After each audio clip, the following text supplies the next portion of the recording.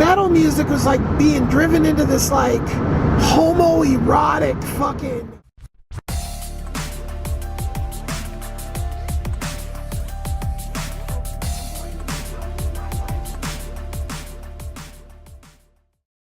This is the story of music. Memories involving music.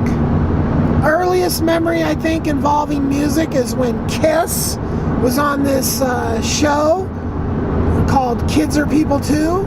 And then my dad, he was into Neil Diamond. That's the number one music that I can remember him being into. I don't remember my mom being into any type of music. She would listen to music like on the radio, maybe like your typical non-music fan type music listener. Some sort of presentation in grade school, the presenters were talking about Ozzy biting a head off a bat, and I just remember being totally shocked because I hadn't heard anything like my parents didn't raise me on TV and stuff that much. There wasn't a lot of TV until really my stepdad, but I don't like TV in bed. I had the TV in bed for a while. I think I just basically would watch porn on it. So, yeah, I don't really need a TV in my bedroom. I don't watch any typical TV. So, anyway, I just had no idea what this guy was talking about. I grew up, like, in grade school, I had heard about all these metal bands, right? I had heard about Ozzy and Motley Crue and Def Leppard and Rat, and just because of the way the radio was, none of that stuff was on the radio. So I hadn't heard it because I didn't have cable. Other kids had cable TV and they were able to watch like MTV to see all this kind of music or to hear it. There probably would have been ways to hear it, back then. There was like Z-Rock, but when I was little, I had no clue. So when this guy in this assembly says this is why it's stuck in my head, right? Like, I'm a kid. Here's a guy leading an assembly talking about some other guy biting the head off a bat. And it was like, what the hell? I mean, it's stuck in my head. And, I don't know what makes things stick. Oh, actually, I do. That lady that was raped by our Supreme Court Justice, that lady explained how memories are inserted. So obviously, that little trauma right there traumatized me as a kid, hearing about somebody biting the heads off bats. Like, whoa, what the fuck? So anyway, that was my experience with music. Is not actually hearing it. Being into music, like having a peachy folder with bands written all over it, and never have heard any of these bands. The girl that used to write that was Rhonda. Rhonda and Valinda. Valinda was my first girlfriend. Her best friend was Rhonda. Rhonda was real good at drawing bubble letters, like graffiti style bubble letters. And so if you'd give her like something, I don't remember what I gave her, but I gave her something, and then she did that artwork on my folder for me.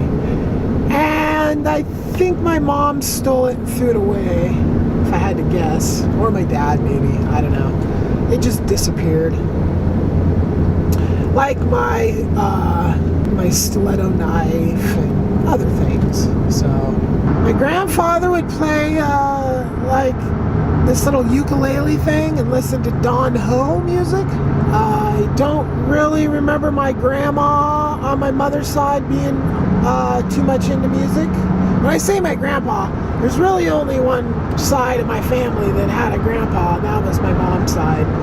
My dad's side, like there is no blood like to a grandpa. Like my grandma got knocked up by, anyway, I think I already told that story.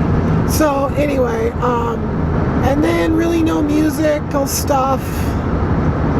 So then I did like violin, and I really just did violin because like I wanted out of class. Like, oh, those kids get to go leave class. I want to do that. So I wasn't musical, but I like music.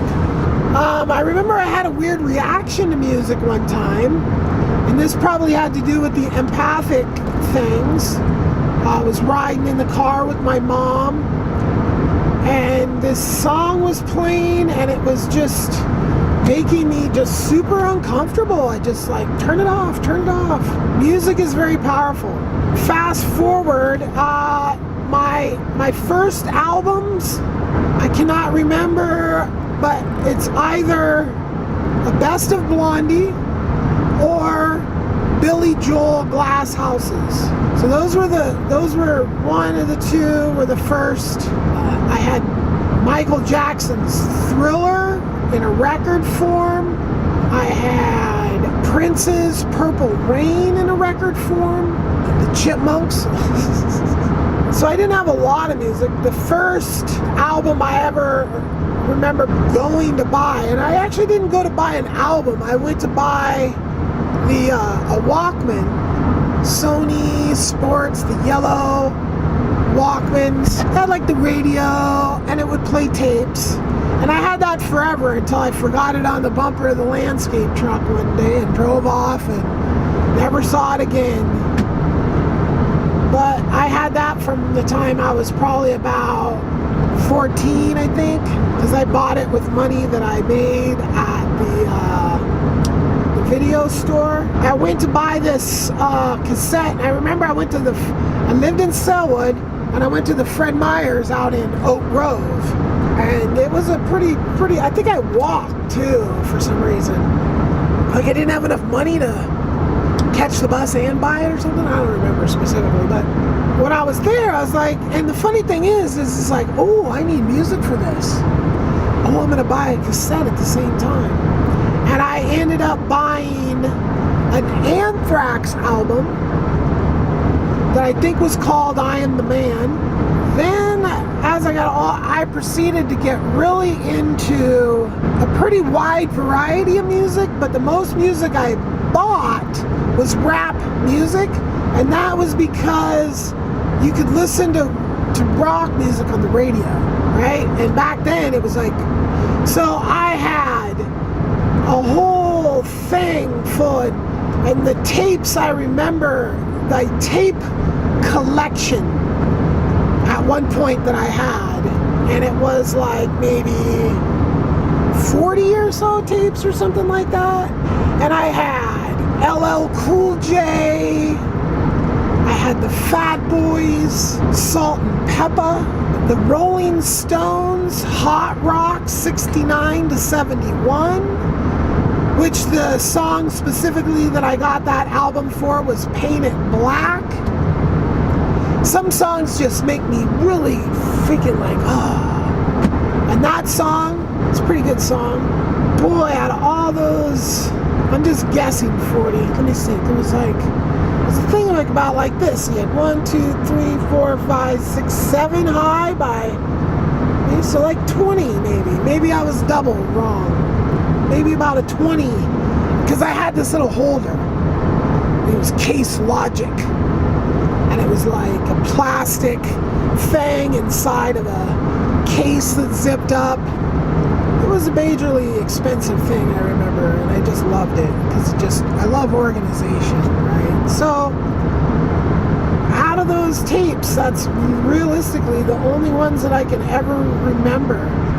Then I started getting into like Two Live Crew and Eazy-E, Too Short. Then we got into high school, and this was probably high school as well, but started to go more to metal, and I actually started like more rock.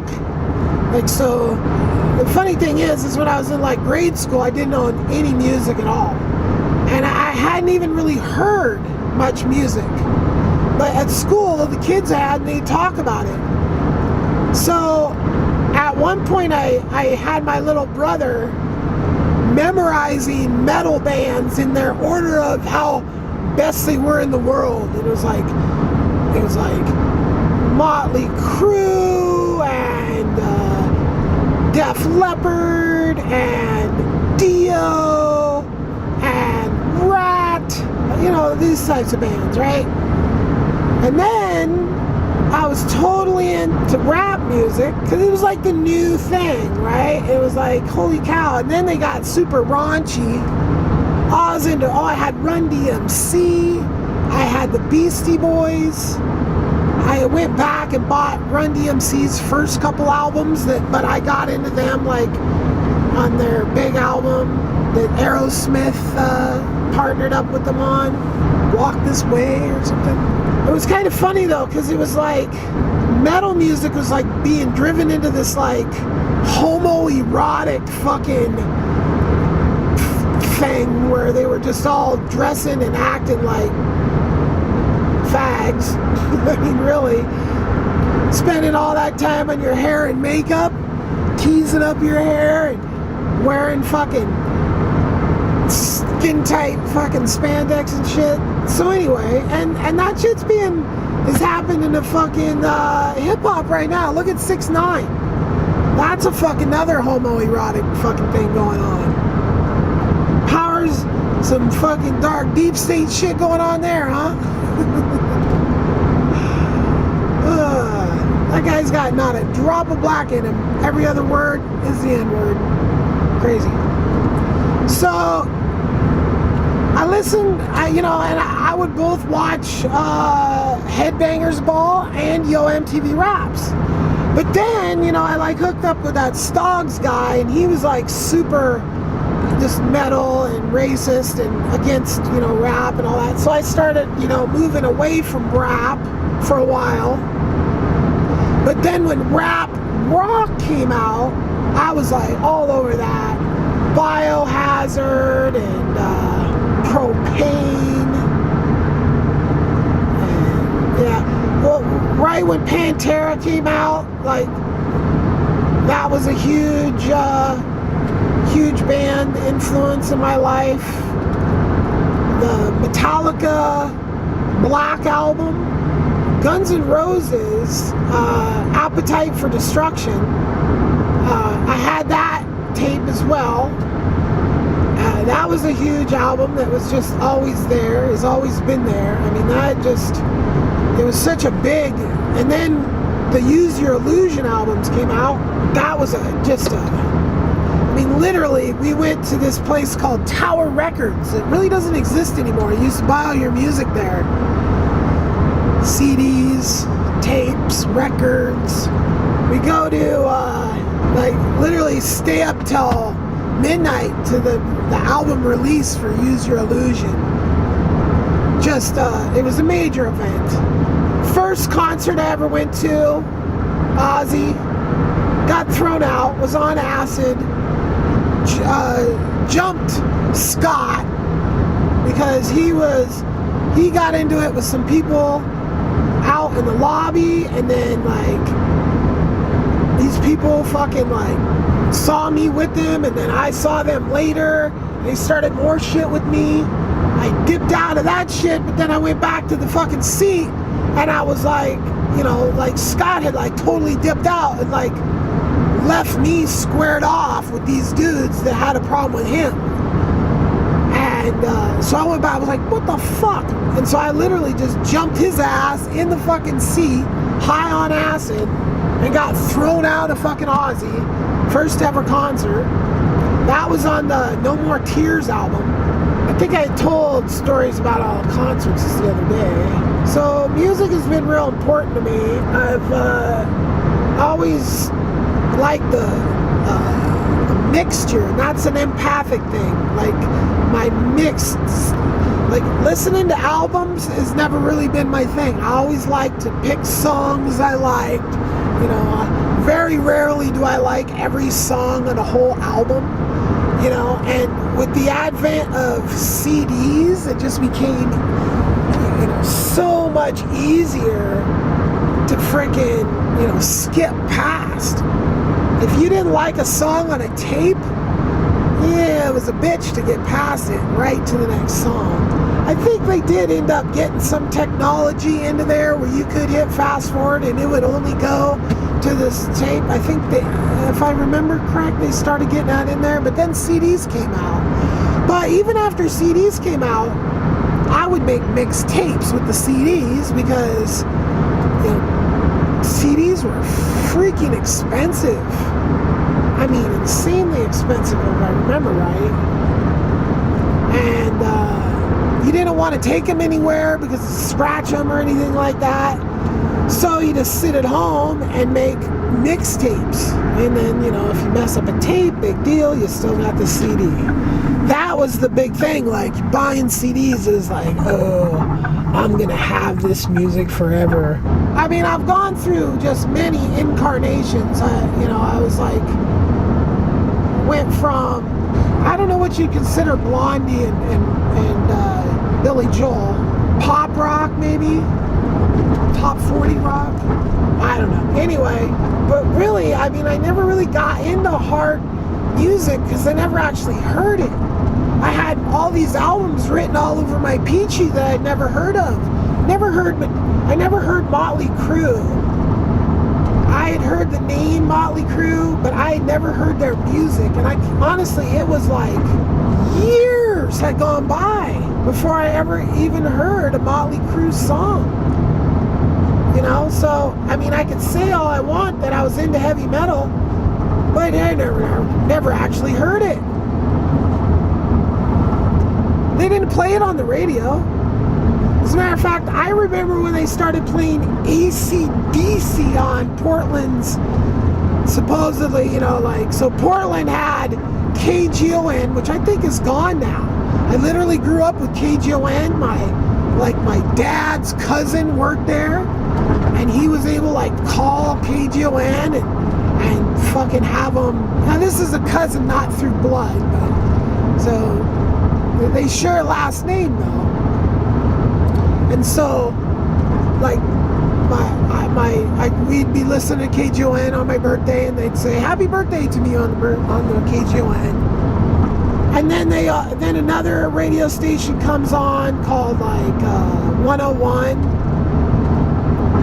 and it was supposed to be hard rock or whatever. But when they first came on, and KGON was classic rock. But then KGON for a hot second went to hard rock, but then they flipped back to classic rock. And then this other station, 101, they were supposed to be the harder. I listened to it, and then remembering dang, they just played AC/DC. AC/DC was super hard for the radio, at least in Portland, But there were stations you could listen to Z-Rock, and Z-Rock was kind of cool, and I found that a few times. When I was 18 or 19, I discovered Suicidal Tendencies, and they were a cool band. I still like their music. It's like a fusion type of thing, rock, rap style. So currently, I've gone through so many incarnations, and right now it's I like this horrorcore music. It's rock's dead in my opinion.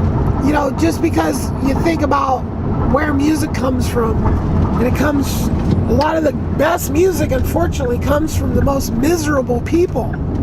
Heroin addicts, poor people, for some reason make some real freaking emotionally charged music. The poor people are so poor nowadays. I mean, a poor person back in the day could get a guitar and some friends that could get all the instruments and put a rock band together. You just think about the infrastructure to put a rock band together. All that shit you have to buy to be able to have a rock band. It's a lot of expensive stuff. So now you think about rap music, you really can be, a solo guy and totally have all the everything, you know, with a couple little things on your computer.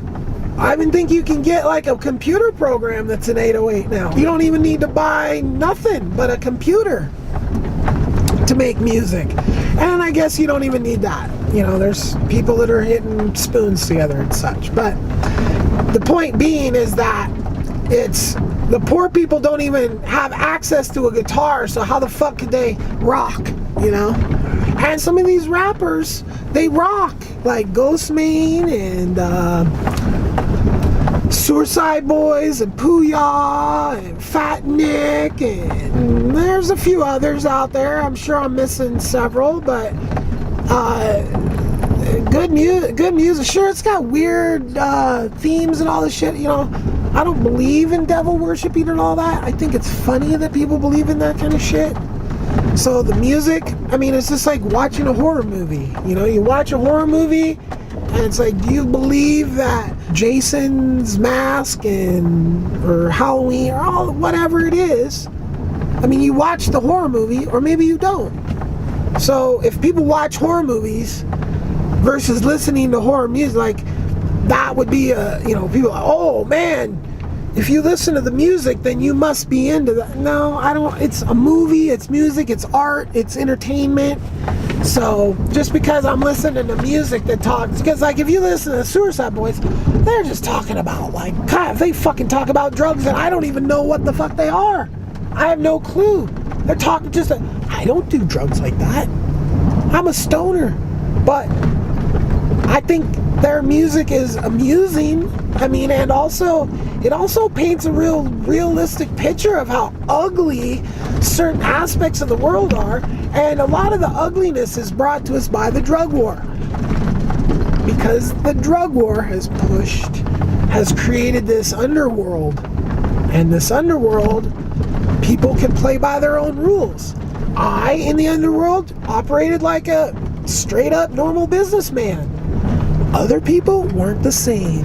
They would fucking rob me and shoot at me and fucking every goddamn thing. And the only reason they were able to do this all was because of the drug war. Yeah, I've had this broad musical appreciation my whole life, and I've, you know, gone to a lot of concerts and I've listened to a lot of variety of music. And, you know, a part of my reality in music is the fact that I am an empath. So that, I believe emotion is in music, and this is how I am connected with music more than somebody who is not an empath. So it's been a very important part of my life, and it's going to continue. And I listen to all kinds of stuff.